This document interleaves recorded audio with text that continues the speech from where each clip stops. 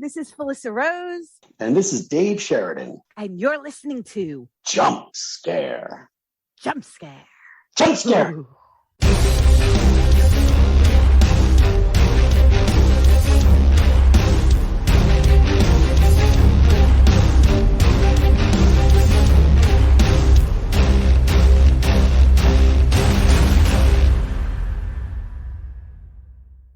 Welcome back to Jump Scare. I'm Betty. And I'm Chad. This week we're covering 1974's The Beast Must Die. When the moon is full, the beast must die. One of you is a werewolf. You must track down the werewolf. One of these 8 people is a werewolf. Can you guess which one?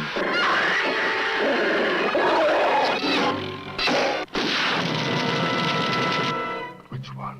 But which one? But which one? But which one? But which one? But which one? But which one? But which one? One of these 8 people will turn into a werewolf. Can you guess who it is when we stop the film for the werewolf break? See it, solve it, but don't tell. The beast must die. So, yeah, the beast must die. Not to be confused with the TV show that came out in 2021 with the same name, The Beast Must Die. They're showing this on Pluto TV. We actually own the Blu-ray of this film. Yeah, I think it's on Tubi as well. It's one of those ones that's kind of everywhere. And if you had joined us sometime last year, we covered another movie which was based on a video game called Werewolves Within. Yep. And this is obviously this is predating the video game and that movie. But it is who is the werewolf? It is a horror mystery, my friends. It's like Agatha Christie, but with a werewolf. And I have a lot of things to say about this movie. Let's start off with the cast. Yeah, there's some recognizable people in this. Well, first off, just say Peter Cushing's in it. And you know him from, everything. Because he's in everything. From pre-1980, he's in every horror movie that was made. Peter Cushing just showed up because they didn't even have to ask him. He was just there already. He was there with the velvet robe. Yeah. Ready to go. He has some amazing suits in this movie. Like, he has a suit in this movie that the shoes are the same color as the suit. Like, I don't even know where you get that, but he had it. He's a doctor that's very well informed with lycanthropy. Yes, he's all about it. And we have Michael Gambon as Dumbledore in the film. No, he's not Dumbledore. But let me just say this. Dumbledore's in the movie, okay? The second Dumbledore. Let's not get confused that he was the only Dumbledore or the first Dumbledore, because he's the second one.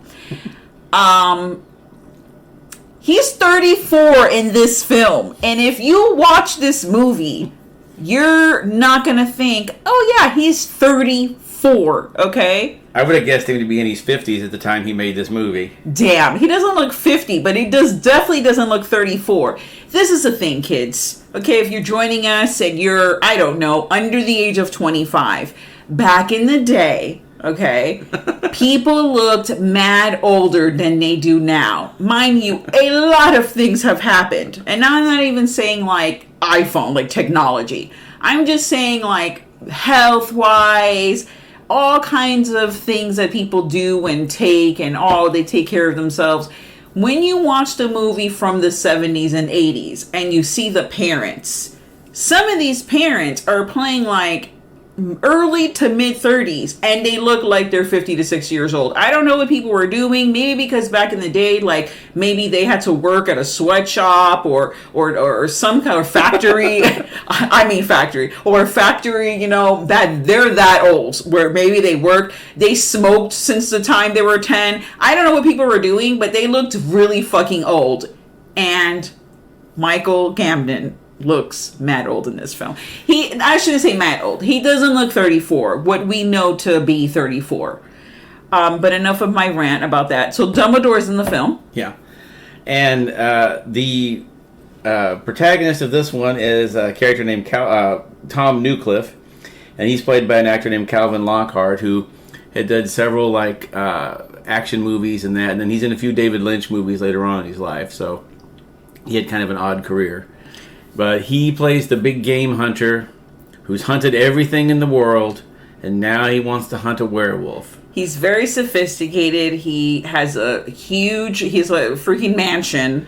Yeah. Okay. Now, I will say, not that this matters, but maybe if you had never seen the film and you're trying to envision what this person looks like, he looks like a black Bruce Lee. Yeah. Okay. I have a lot of mixed feelings about his look because he's like, his physique is amazing, but he weighs maybe like 90 pounds. Yeah. Okay, he's very lightweight. He has like semi-afro, and it's nice and like not wet, not jerry curl, but it's he definitely, like, if you've seen Coming to America, the fruits are upon the afro to give it the nice, look that it has. He's fantastical looking, and he decides. He has a scene where he's getting comfortable for the night. He's going to put on his his nightwear, and he puts on like leather pants and like a leather looking jacket. It looks like it came straight out of the Matrix. He puts that on. That's his shirt. Like that, he doesn't put his shirt on and then put the jacket on. He just puts the jacket on and ties it off. That's what he's wearing to just lounge around the house. He's like in Blade mode, okay? At all times, he's in Blade mode. With a rifle. and he sleeps in his, like, mahogany, like, Louis the 14th, like, fucking chair. Yeah. It's very fancy. And, like I said, he's brought everybody together here at the house because he suspects one of these people is a werewolf. Why does he suspect that, you ask? Because each of these people, every time they go somewhere or they go to some kind of event, people die. Like, one of the characters is named Davina, okay? Right there, that's a werewolf name. I mean, right off the bat, I'm like, this bitch is a werewolf. She is my favorite character in the film because she's fucking annoying as hell, and I'm just gonna jump to what I want to say about her really, really fast right now at the beginning. I was gonna save it for the end. She gets bitch slapped by Peter Cushing, okay? And that's my favorite part. And I'm not condoning violence against women, but she's very hysterical at that point. And she gets, like, the slap, okay, with the red velvet hand that is Peter Cushing. Yeah. Which, that's a story they actually tell on the behind-the-scenes thing, is they said that Peter Cushing kept a pair of white gloves under wherever he was at, his chair, so that when they weren't doing takes, he could take them out and put them on, and then he smoked with the white gloves. That way his hands weren't stained. I'm like, damn, that guy's classy. He is classy. Also, if your fucking, whatever you're smoking is staining your hands, maybe you should be more concerned about what it's doing to your intestines, your innards. Yeah. And not what, that's how vain he is. He's like, no one sees the inside of me. Fuck that. Only my hands matter. That was not my Peter Cushing. That was my fancy man voice. Okay. Now, this movie was also, it was written by a guy named Michael Winder, who wrote for a ton of TV shows in the 60s and 70s. He wrote for The Saint, The Avengers. He wrote for Space 1999. And it was based on a story written by James Blish, who he has also written a ton of science fiction short stories and novels. But I think he's best known, he's the guy who adapted all the Star Trek episodes into short story form in the late 60s. And he also wrote a famous Star Trek novel called Spock Must Die, which was I think it was one of the first original novels to come out of it. And so, of course, it sold like crazy because it was one of the first ones. And so, yeah, he had, but he died like a year after this movie came out when he was like 53.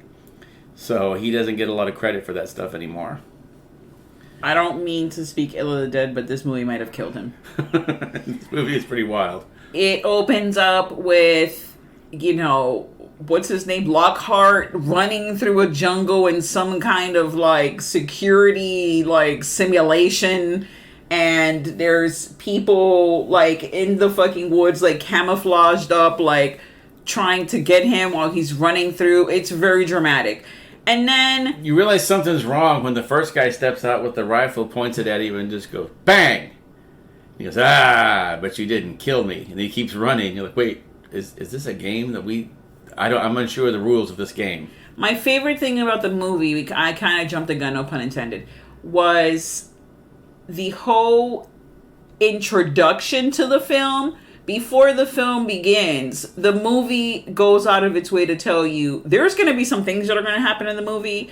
The whole point of the movie is, who is the werewolf, okay? And also, we want to fucking let you know there's going to be a werewolf break, okay? Where we're going to give you 30 seconds to figure out who the fuck the werewolf is before we reveal who it is. Now, I wish I was in the theater when there's a 30 seconds. Because and see who's yelling out names. There are people are you people yelling out names? Is anyone in the theater? Is someone sleeping? What's going on in the theater? Also, is it like when you go to the opera or some fancy show where there's the intermission, where you have to walk away? Are you going to the bathroom in the 30 seconds? 30 seconds really isn't a long time to do anything. No. And I'm going to get more into the time, the 30-second time frame they give you later. But yeah, that's the beginning of the film. The music, go ahead. Ironically, the werewolf break was something the director hated. And said that was just something the producer forced on him just as a gimmick. It was just something he wanted to be able to advertise in the trailers and all that. The movie will feature a werewolf break while you try to figure out who the werewolf is. I'm not going to lie. I really love the werewolf break. They need to incorporate that back into these films, like Knives Out. Was there a murder break? Can we have a murder break? That's what I've heard them they call it, in all the Agatha Christie things, they call them all down to the accusing parlor, where they're going to accuse all the different people of the murder. And they have that here a couple of times. They have the accusing dinner scene, and then they have another scene later where they accuse everyone of being the werewolf. It's all very much like if you'd put Poirot or Miss Marple in this, you could have just been an Agatha Christie movie, really. Then they're like, one of you is a werewolf. And then they do a shot that's very close to the eyes to each individual. And it's kind of like the beginning of Love Boat, where they have the fucking their names and everything. The name, but the face is inside the life preserve thing or whatever it's called. And this is one their faces inside the clock that's ticking down for the 30 seconds. Oh my goodness! Now let's discuss. Oh, the music. I mean, the music couldn't be more motherfucking 70s. It is so. It's like James Bond Shaft-ish. It's like that where there's I don't even know what that's called. I'm sure it's a very fast generic jazz. Everything is no, but there's this instrument or this button they press where it's it makes this weird background noise that that it's the 70s. They had it in the porno films. It was very, very used tone. That they use in those and back in that day. But now let's discuss the dinner scene. Lockhart's character Newcliffe has decided this is the best time to do the first accusing test. Yes, accusing test, and have everyone go have a candlestick, a silver candlestick, be passed down from person to person to see if there's a reaction.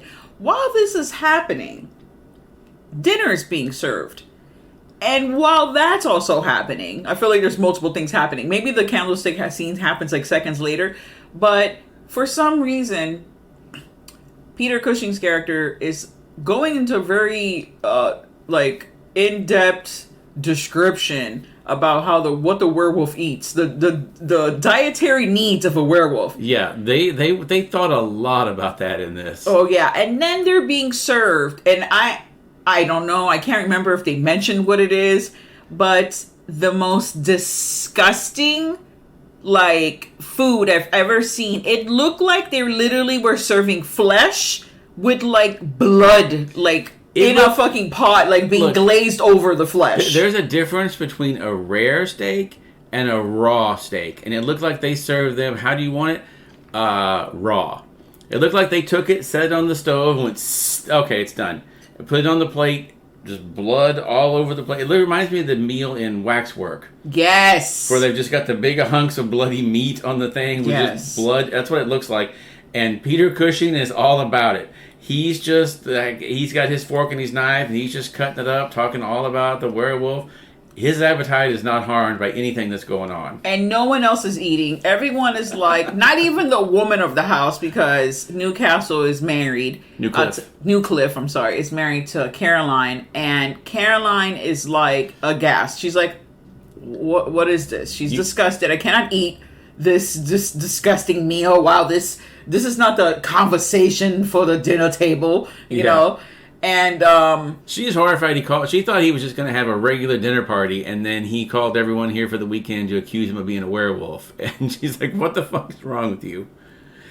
But yeah, so they start passing the candlestick around, and then like when nothing really happens except everybody gets pissed off, that's when Peter Cushing decides to explain, "Oh well, the silver really only affects the werewolves when the wolfsbane is in bloom, and it's affected the allergens from the wolfsbane has affected their sinuses, and that's when the silver gets them." It's like, oh, so that was pointless. We just made everybody mad. Everyone storms away from the table angry, except for Peter Cushing, who just continues to eat his fucking raw steak like there's nothing. Like, he's just like, yep, that's how it goes, and just keeps cutting it up. More raw steak for me, past the other 8 plates. Past the rest of it. I'm Peter Cushing. I'm 90 years old and weigh 80 pounds. He probably eats his body weight every day. There's a lot of characters in this movie. There's like, I don't know, 10 people? Well, like I said, they all have a reason. Like one guy, everywhere he goes, there's murders. Another one, there's always an accident in the theater company that she's in. Someone else is like, oh, the skier, they got trapped on the mountain while they were skiing, and well, he probably ate the other people that he was skiing with. So they're trying to everybody has a good reason that they could be the werewolf. Actually, there's the other actors in the film, which we did not name. They're recognizable in their own thing. One of them, actually, Charles Gray, was actually in James Bond. So he wasn't a James Bond. Diamonds Are Forever, playing Dicko Henderson. And You Only Live Twice, which that's not a thing, but okay. So yeah, we have other characters in there. There's a lot of character actors. The crazy thing about when you look at these people, it's like one of them is called Paul Foote. He's like the hippie. Okay, he has the long hair. I love the introduction while they're all sitting out in the garden porch area where he's like, okay, he goes into all of you, some crazy thing has happened. You, by the way, you were in a jungle being a cannibal. There's a cannibal amongst them. Yeah. The guy's like, hey, YOLO. He's not, and this guy, the Paul Foote, looks like Chris Elliott. He looks exactly like Chris. He's got the beard, the longer hair. If they remade this movie now, this guy would be played by Chris Elliott, no doubt. Yeah, it's pretty wild when things get started, and the whole thing is I know I'm supposed to be looking to see who the wolf is. I'm supposed to be oh yeah, this is shady or whatnot. I don't think anyone really did anything shady. There is a kind of an underlying story where Caroline, she's hooking up with Davina and maybe Paul Foote. There's some kind of relationship thing there where they're all looking out for one another. Yeah. Davina's always in the house hanging out. That's her girlfriend, and they're very kind of I would say Davina's a little codependent. That's the hysterical one. She screams and is jumping around all over the place throughout the whole fucking film. She's not, I feel like she's hysterical the whole time in one way, shape, or form. But I don't know. If I was invited to a party like this, I would like to say I wouldn't go because I've seen a lot of horror movies and I want to live. But at the same time, I'm man, just sounds so interesting. And let's not forget about the main thing of the film that we've kind of just skipped over completely. The man has cameras throughout the whole house. and he is watching. He has like a whole like what is it? What would you call that room like in a movie? Like the camera room, He's got like a the surveillance. Yeah, he's got the surveillance room. He has, of course, now they would just have like one laptop with 40 windows open on it, watching everything else. But he's got the wall of TVs where he's got everyone's bedroom is being watched, the hallways, outside. He's got motion sensors. All the cars have been disabled. Everybody that drove there, he took like the distributor cap out of their car and threw it in the river. That way they can't just drive off. And if they try to leave, he's got like motion sensors and ground sensors, and then the cameras out there. So he's going to know who it is and know to go track them down out there and shoot them because they're the werewolf. Which throughout the movie, you see a couple of people do try to kind of leave, and he manages to find them every time, and then just like, so you're the werewolf, and they're like, no, not me. I'm just trying to go into town and get something. He's like, well, I've got everything you need here. Just come on back. And they go, yeah, okay. I guess I really don't have a reason not to go back. He kind of shames them into just going back every time. Look, I have a weekend where there's free liquor, beautiful house. I feel like there's a pool. There's a helipad, a heliopad, whatever they're called. Yeah. A helicopter pad. So he has all these things. I'm cool. I'm just going to chill out the whole time. The only thing is... maybe cook my meat a little more. Yeah, like, I say, could they maybe throw some fire on the food would be okay? Maybe throw a vegetable with it instead of just a hunk of raw meat. But... yeah, and then I'll say this for the werewolf. I was expecting when I first watched this for the werewolf to be, I thought, okay, there's no way they're going to have like great werewolf effects. So I figured it was going to be kind of just, you were going to see whoever it was, like they were going to have some hairy hands and some fangs or whatever. But they went the completely different route of, as soon as you saw what they were wearing, you would know who they were. So this had to be the werewolf that turns completely into like a regular wolf, not like a wolf person. And they just have this big dog dressed up in like a very strange furry looking thing that there's a couple of great scenes where the werewolf is attacking people, I say in air quotes, and it's clearly just the guy hugging the dog while the dog tries to get away from him. It's like, the hell off me, guy. But like, they're putting like the growling in and like the fight noises, but it's clearly just the dog trying to get away from the guy. So that technique has been used in other movies. In Willow, there's the deaf dogs. Yeah. And these dogs are like Rottweilers that have like fur suits on them. Yeah. And like fucking rubber masks to make them look like crazy dogs. Yeah, they did this with that. They put the fur, not a mask, and then but even the like fur. Cujo, like half a Cujo, he's not really a real dog. He's like a golden retriever in a Saint Bernard costume running around. So they do this a lot.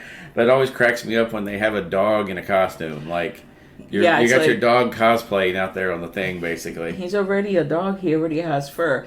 They do show a little bit of transformation. They show the hands.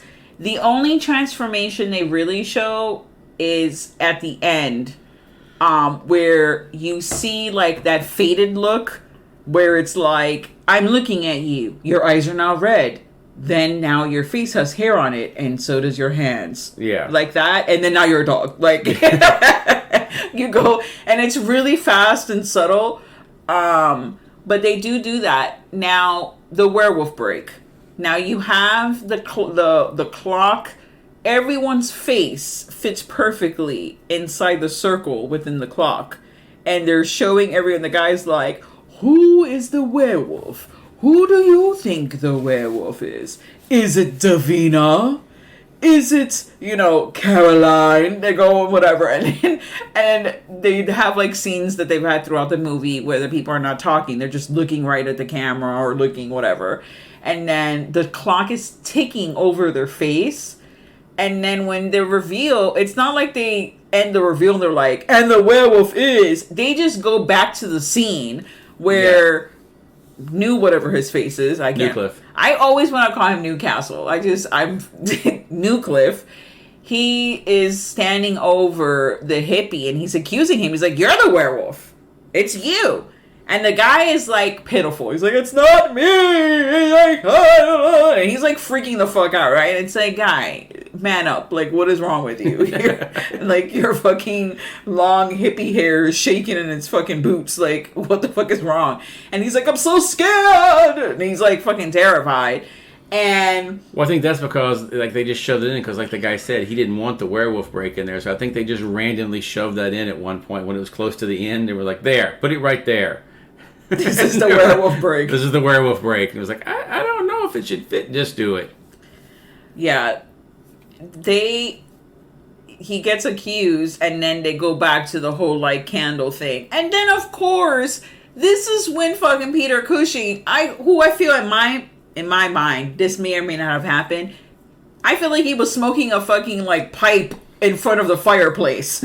He's like, oh, well, the werewolf could have had some kind of lubricant over his hands that would allow for the silver not to penetrate the skin. And he goes through this whole thing, and it's like, bro, you couldn't say that earlier when you fucking revealed the whole thing about the wolf bane and the moon has to be aligned. That's when Newcliffe decides to just take his gun out and take one of the silver bullets out and go, okay, everyone suck on this. Yeah, put it in your mouth. Because you can't put lubricant or that kind of thing in your mouth.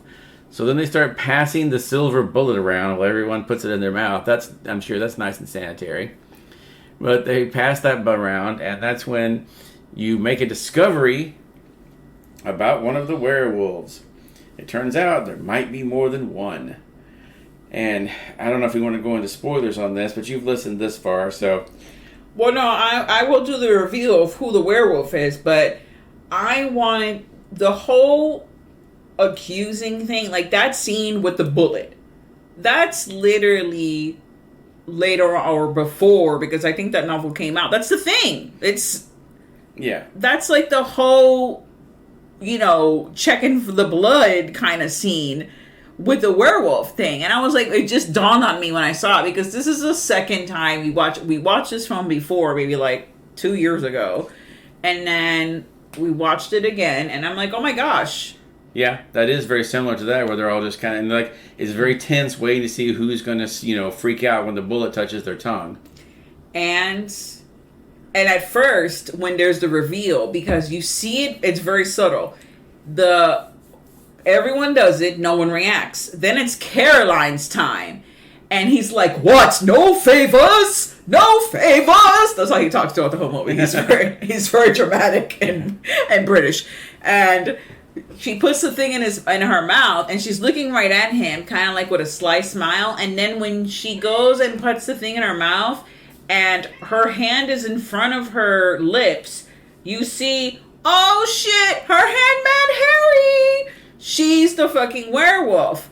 And doesn't even hesitate. Bang! Shoots her ass. Like, he's like, she's dead now. She's like, do you think because she was my wife, I wasn't going to kill her? Like, those. So she gets it. But then there's like oh no. The doctor's like, wait a second. Didn't she cut her hand during dinner?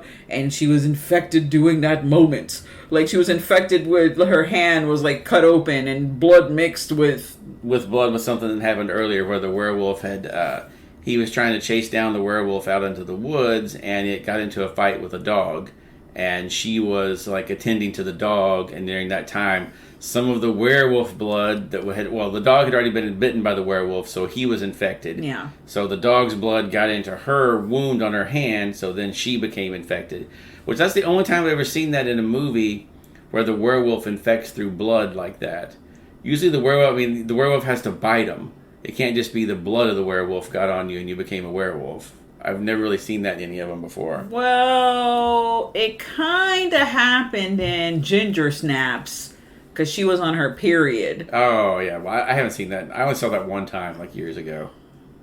For all you that can't see, SMH. I'm shaking my head right now. That's a wonderful movie. It's one of my favorite werewolf movies. Yeah, I liked it. I just haven't seen it since it came out. But yes, that is the first time that we kind of see it's an infectious disease, because it is. It's we're not gonna go through the whole curse thing. That's the original he gets bit by the werewolf or whatever.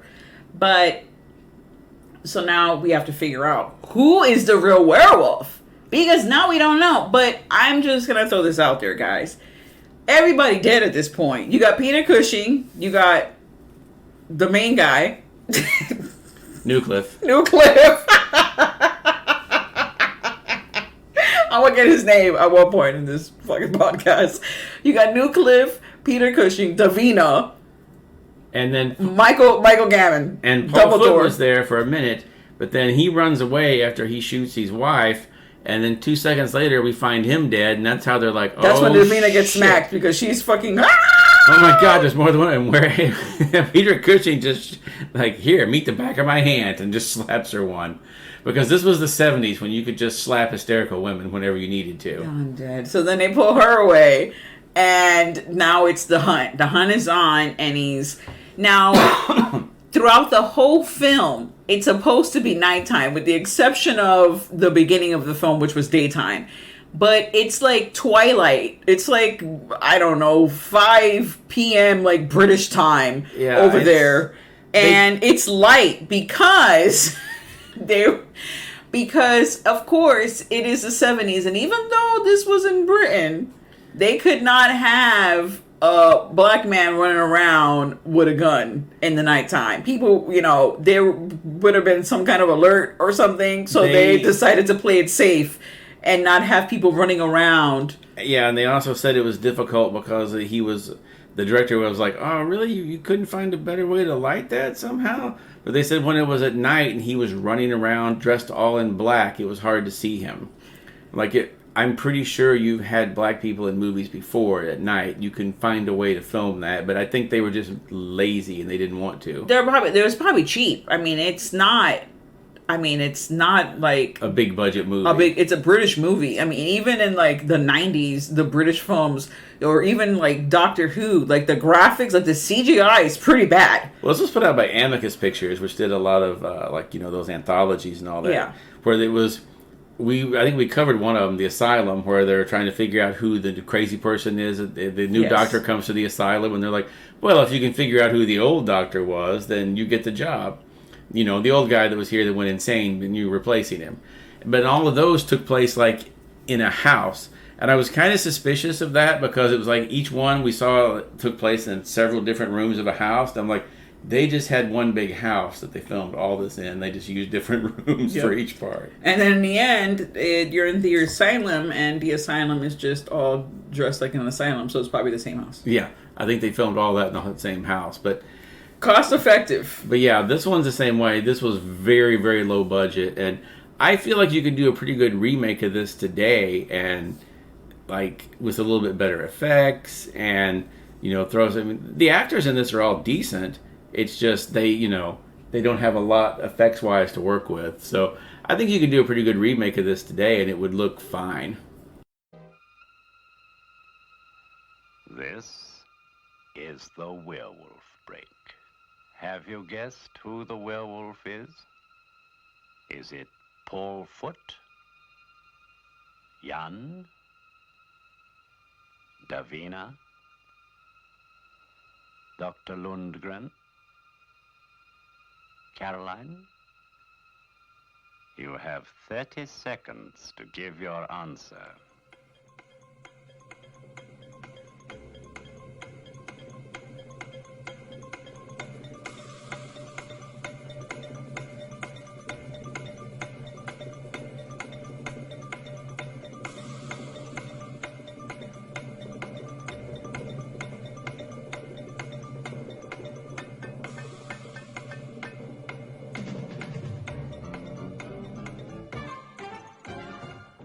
Made up your mind? Let's see if you're right. So the werewolf reveal, it's fucking Dumbledore, okay? Dumbledore is the werewolf. Before he became a fucking wizard, okay? He was a werewolf, alright? That's why he hired, I'm gonna get real nerdy right now. That's why he hired Moody, because he's like, in my past life, I was a werewolf, and I have the sympathies. So that's why he hired him to fucking teach at Hogwarts, because he knew about the werewolf life. It's a rough life. And that's Yeah. it. My nerddom is over. Yeah, and then to finish out the movie, Newcliffe fights the werewolf. He wins. It's not that much of a fight, I'm going to have to say. It's very anticlimactic. Yeah, he shoots him down pretty quick. Like, he's not hesitant. I love that he had all these silver bullets. At one point, he's chasing the werewolf in a helicopter through the woods with a machine gun, just firing silver bullets. This is how much money this man had. He had clips of silver bullets around. All the movies, they always show him spending, like, hours making the one bullet to shoot the werewolf. No, this guy had a big case of silver bullets he was using. He melted down all the other candlesticks. That's why there was only one candlestick for the whole movie, because it was like I melted down. I had like 85 other candlesticks. I had to melt those down. Gone. Saved one for the test. But so he kills the werewolf pretty quick, and then he realizes, shit, I got scratched by the werewolf. And like you do, you just go into the house like the man that he He was. just tells Peter Cushing, take her away. She doesn't need to see this. And he goes to the house, to his fancy-ass chair, and he looks down the barrel of the gun, and then they cut away to the front of the house, And you see Peter Cushing and Davina just walking away like, okay, our weekend's done. I'm going to tell you, that was a terrible weekend. I mean, It had potential, but it ended very badly for everyone. After that, Davina needs thank goodness that Peter Cushing's a doctor, because she's going to need some tending to. I'm going to need a vacation. What do they call it there? They don't call it vacation. Holiday. I'm going to need a holiday. And was she a murderer?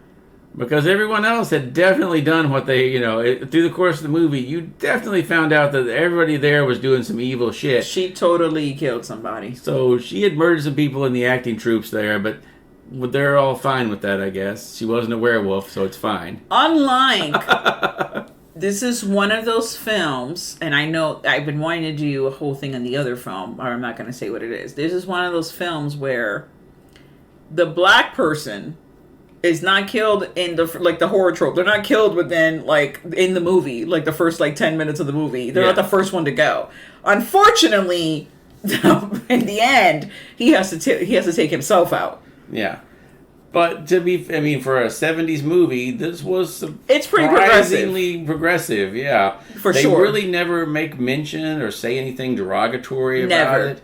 It's not even a thing. The thing is, I don't like werewolves, I'm gonna kill this werewolf. That's the whole thing in the movie. Yeah, no one really gets any racial things or that, so it was pretty progressive for its time, and I'm gonna give this, I'll give it 3 knives. I'm gonna give it, I want to give it 1 knife, but I'm gonna give it 2 knives, because Dumbledore was the werewolf. And there's a werewolf break. I just love this movie because it's which one of those, Tabby also appreciated.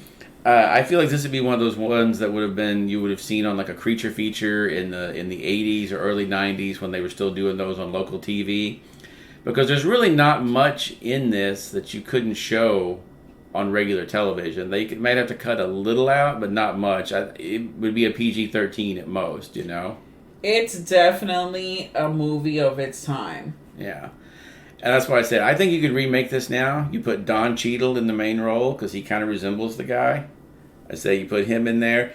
Michael Gambon is still alive. You throw him in there. He's just playing the older version of it. There's just an older guy in there. He's Peter Cushing's character. Let him play the Peter Cushing part this time. That would be amazing. I guess so. I don't think it's needed. We have the werewolves within. We have the younger, hipper version. That's definitely. This is the one when I win the $200 million in the lottery. This is the movie I'm going to reproduce as the big budget remake of The Beast Within.